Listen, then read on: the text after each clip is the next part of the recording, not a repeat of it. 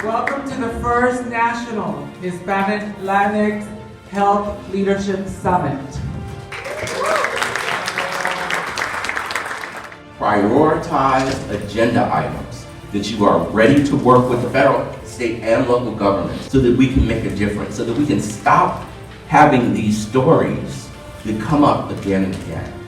We know that Latinos are more likely to report poor communication with their health provider, especially because we are highly underrepresented in the medical field.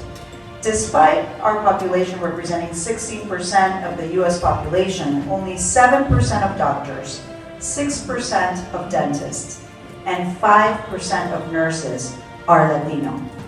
These communication breakdowns can have dire consequences, including misdiagnosis, inaccurate drug prescriptions, and increased mortality rates. And I understand the interest and the importance when it comes to our communities from a public health perspective. But nobody can do anything without your input, without everybody's input. And why? It's because of trust. You're the trusted leaders of your community. We have to start a movement in public health that's a Latino movement. And this is HIV, but it's more than HIV, it's public health and HIV. You have to scale the program. Start small, start realistic, but scale it over a few years and make sure that you have a model that works with stigma, with the men having sex with men, the transgender. We have to have that model that expands. And today we're going to talk about stigma.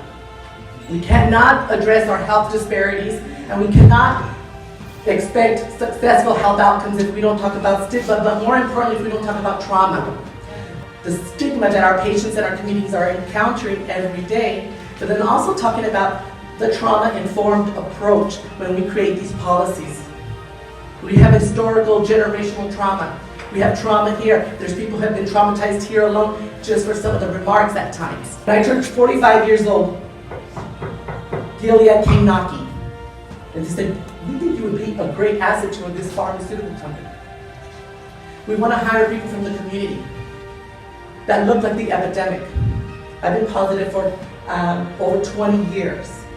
I know what it's like to live with stigma, fear, guilt, and discrimination each and every day.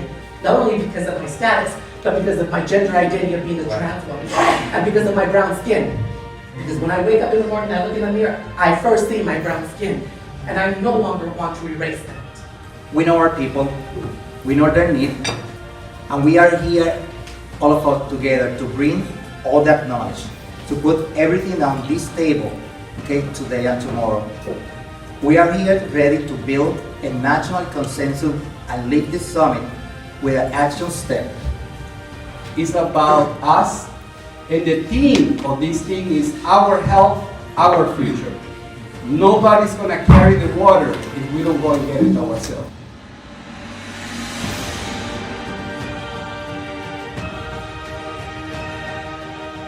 Where I currently work, the Latino population is growing, but there's not a lot of resources there. I'm the only Latina there who actually is trying to do something.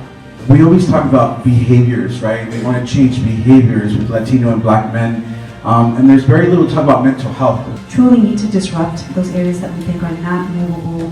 What are the long haul areas that need to change that are fundamental? How are we going to build a sustainable trans-led movement? In terms of mobilizing our community about why is health insurance important, why is access to care important. Individually, we are just one drop. But collectively, we are a mighty ocean that can cause a tsunami of change. So let's be the tsunami of change that we want to see in the next 4 years.